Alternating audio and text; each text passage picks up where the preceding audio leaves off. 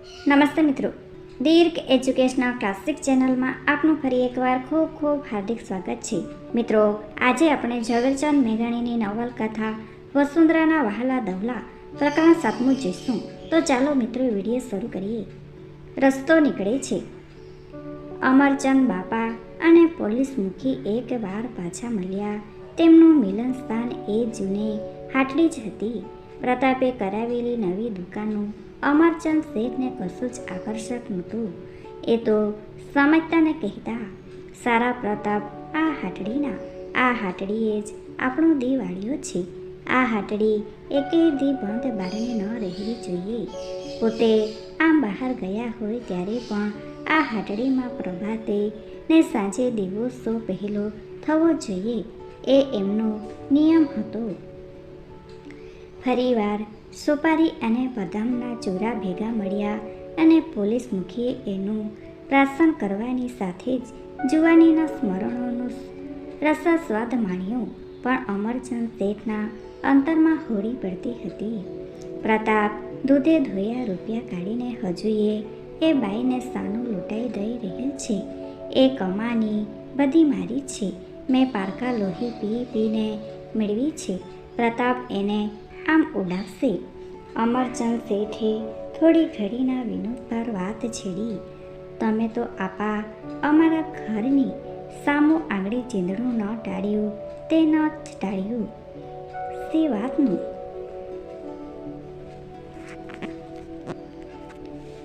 ઓલી ત્રાજવાવાળી તેજુડી આહીની આહી પડી છે ને બસ હવે તો છોકરો જે સોને દેખાડીતી ફરે છે. અહીં પડી એ જ ઠીક છે. આપણી નજર બહારતું નથી. નહીં ને કોઈક પડખે પડી જશે તો શેઠ આ મેડિયુમાં ભાગ પડાવશે. અમે દાબ્યું રાખીએ છીએ એટલું પાડ માનો. કોઈ ચડ્યું છે પડખે? હે, મારા સોગંદ ન કહો તો. કાઠી પટેલી ચૂપથી અમરચંદ શેઠને હૈયે ચડી બેઠી. એના મોં પરની લોહી સોસાઈ ગયું. હવે જૂની વારી વહી ગઈ છે. શેઠ લાઠી કરોડીઓ બનાવીને પોતાની જ કલ્પનામાંથી લાડનો તાંગડો ખેંચવા માંડ્યો. હવે તો નવા રાજાને નવા કાયદા થયા. પછાત વરણને ચડાવનાર વકીલ બાલિસ્ટરો નીકળી પડ્યા છે.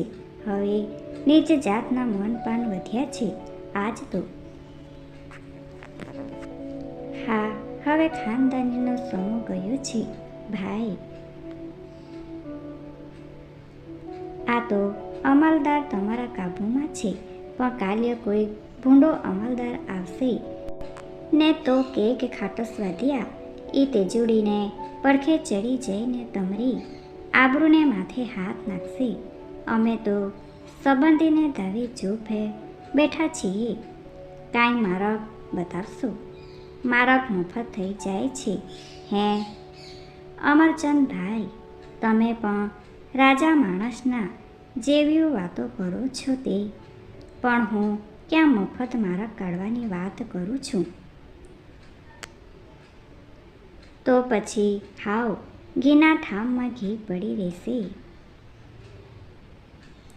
તે પછી સારી એવી એક રકમ અમરચંદ શેઠના મીઠાના માટલાને તળિયેથી મહાકષ્ટે બહાર નીકળીને પોલીસ મુખીના ગજવામાં પેઠી. હજુ એક મોટો પહાડ છે આડો, મુખીએ શેઠને કહ્યું. કોણ? પ્રતાપભાઈ, એને 15 દી ક્યાંક બહાર મોકલો. કાં? એનું હૈયું કૂણું છે. અમારા ઇલાજ તમને કારગત કેર. શેઠ, તમારી મજબૂતાઈ નોખી કહેવાય. પણ પ્રતાપ અમથો ફાટી મરે. 2-3 દિવસમાં શેઠે પ્રતાપને અજબ જેવી જિંદગીમાં પહેલી જ વારકી આ વાત કરી. ભાઈ પર્યાણાને આટલા વરસ ગયા, ક્યાંય બહાર નીકળ્યા નથી. વહુ પણ મૂંઝાય. મુંબઈની એક સેલ કરી આવો. 2 જણા નાટક સિનેમા જોઈ આવો. પ્રતાપ અને લીલુ પિતાના હૃદય પલટાનો જાણે કે ઉત્સવ કરવા મુંબઈ ઉપડ્યા. ચારેક દિવસ પછી એ જ હાટડી ઉપર એ જ પ્રમાણે મૂકી બેઠા હતા ત્યારે 2-5 પટેલિયાને બીજા લોકો આવીને મુખી પાસે બૂમાબૂમ બોલાવી. ગામડામાં વાઘરાને ઝાપટાને કામા ટુમિયાણા ભેગા કર્યા છે ને બાપુ, તે અમારા ઢોરમાં રોગચાળો ફાટ્યો છે અને છેલ્લા 3-4 મહિનાથી મરઘીના ધોળા ઉંદર પડે છે. હવે તો અમે ગામ ખાલી કરીએ ને અમારી બદલે ખુશીથી એ નીચ વળણનો વસાવો. ઉંદર પડે છે, મરઘીના ઉંદર, મુખીએ અજાયબી બતાવી. મરઘીના ઉંદર આપા, મરઘીના ધોળા ઉંદર. આજ 50 વર્ષથી ગામમાં મરઘી નહોતી આવી ને હવે ગામમાં ભલા પેઠી છે એટલે નહીં થાય તેટલું થોડું. કોણ ભલા? પૂછો જઈને ઝાપટાઓને ને વાઘરીઓને. હાલો ડાંગો, લાકડીઓ લઈને 15 જણ મારી ભેળા હાલો. મને નજરો નજર દેખાડો તો હું એને ટીપી જ નાખું. પછી તો તે દિવસે વાઘરીઓના ઉપર અને ભંગિયાઓ ઉપર સાદી તેમજ કડિયાળી લાકડીઓની અને ઘોડાઘોડીની ઝંડી વરસી. ઓરતાના પણ માથા ફૂટ્યા. છોકરાને ઉપાડીએ ગામ લોકોએ ઘા કર્યા, પણ કોઈની હિંમત એ અલાયદા ઊભેલા એકલવાયા કુબાની નજીક જવાની ન ચાલી. મુખીએ ત્રાળ પાડી કે એ તેજલી ક્યાં ગઈ? એને તો કોઈક થોડીક લાકડીઓ જખાડો, એના તો આ કામમાં નથી ને. એને નહીં. વાઘરીઓ વચ્ચે આવીને ઊભા. આ લ્યો મા બાપ, અમારા બડા ફાડી નાખો. ફાવે તો પણ એને જ અડજો, પાઘડી ઉતારીએ.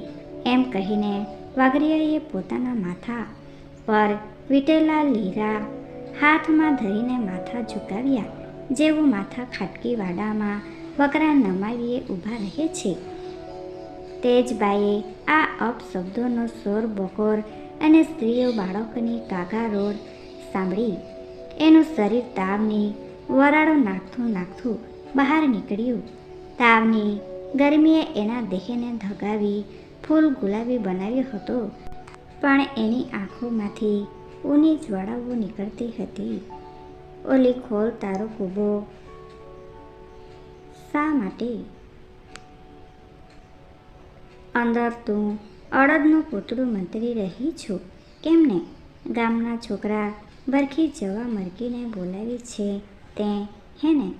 તમે આવો બોલો છો? દાદા, તમારી દીકરીના તો મેં તાજાળા તોફી દીધા છે, ભૂલી ગયા? તાજાળાના શોખે જ ગામનો ધાણ કાઢ્યો છે ને? તને પરદેશીને અહીં નીકળ, પગ મૂકવા દઈએ અમે. દાદા, હું કાંઈ નથી જાણતી. કૂબો ઉઘાડ. અંદર અડદનું પૂતળું છે. પૃથ્વીને ફાટવું પડે એવા બોલોમાં અંદર તો મારો છોકરો સૂતો છે. તમને સોને ભાડી એની રાત નીકળી જશે. તેજબા હાથ જોડી ગરગરવા લાગી. એ છોકરા સારું જ તું ભૂંડું કરી રહી છું ને ગામનું. તારે તો આ છોકરામાંથી હજી કામે કમાવું છે. કેમ કામા ટુમણી? ખોલ ઝટ. એકાએક ઉપર વાડેથી પંચડ માનવ ઘોષણા દોડતી સંભળાઈ. ચંડી પાઠની ઉગ્ર ઢબે કોઈક શ્લોકના તેજાબી લલકાર થતા હતા. થોડી જ વારમાં તો 50 જણા લાકડીઓ લઈને કિકિયારી કરતા દોડ્યા આવતા દેખાયા. તમામે કછોટા ભીંડ્યા હતા. તેઓના ગળાના જોનાઈના ત્રાંગડા વીંટળાયેલા હતા. તેમના માથા પર નાની મોટી ચોટલીઓ ફગફગતી હતી. મારો સાલા એ અધર્મીઓને! એવો દેકારો બોલાવતા તેઓ વેરાનના વંટાડિયાનો રૂપ ધરી ઘસી આવ્યા. ક્યાં ગઈ એ ઝાપટી? એ તો તાજામાં તોફાવનારી વેશ ધરીને અમારા ઘરના તુલસીના ક્યારા અભડાવી માર્યા છે. મારો એ કાળ મૂકીને. તેજબા ફફડીને ઊભી થઈ રહી. એણે ઊંચા હાથ કરી પોતાના દેહને આડસ કરી. એના પર પ્રહારો થતા ગયા તેમ તેમ એ કૂબાના દ્વાર પાસે ખસી ગઈ.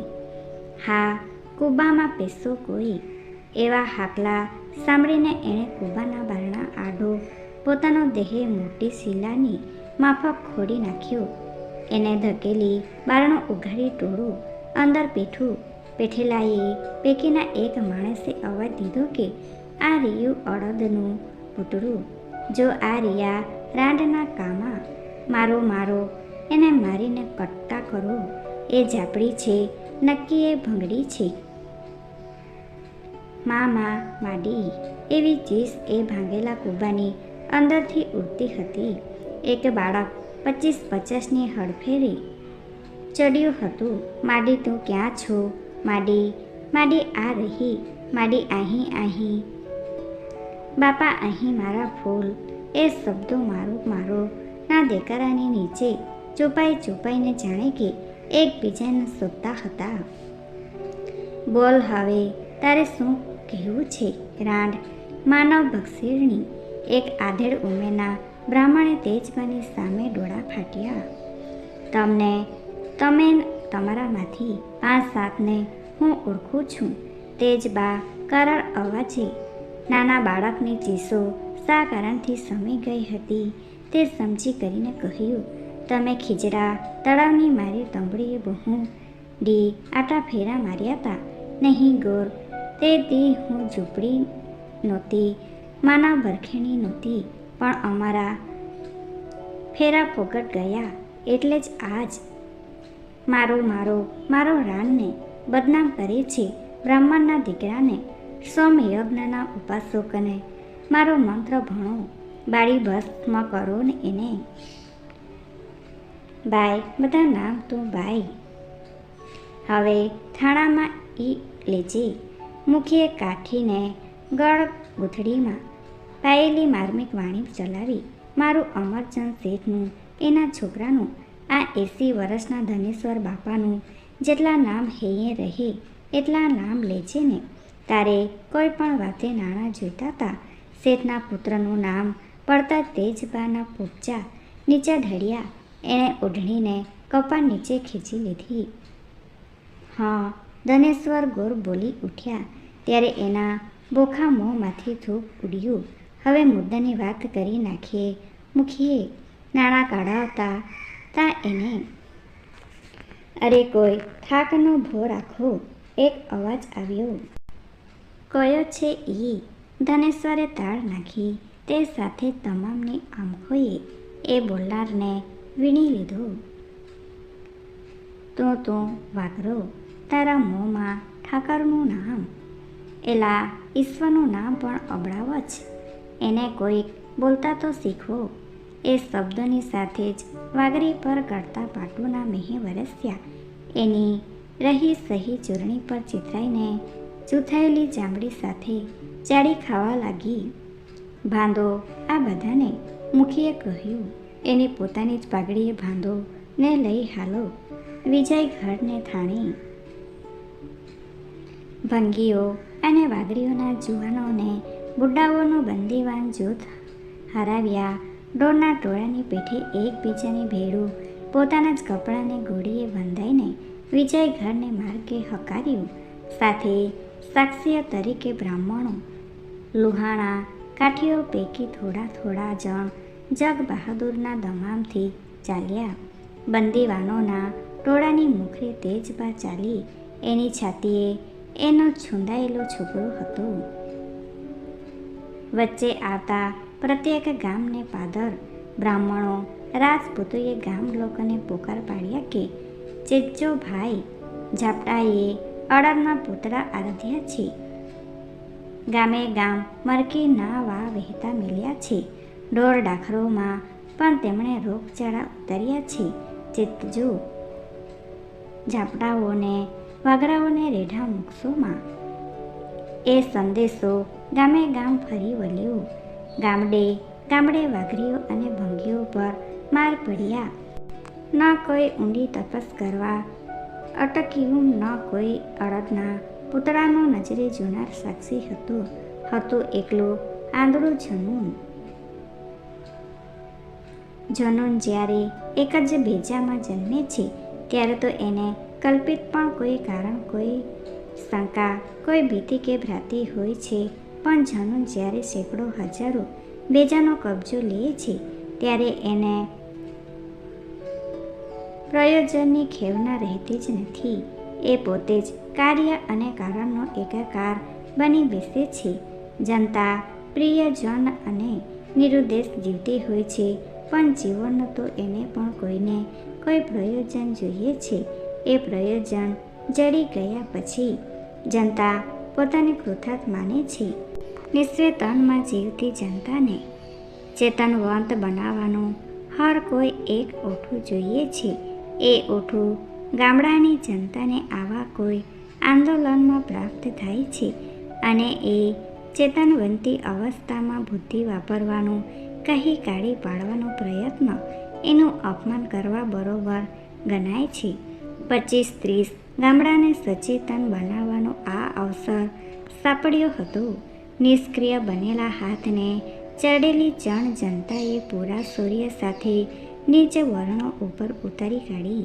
Thanks for watching. Please subscribe my channel. Thank you.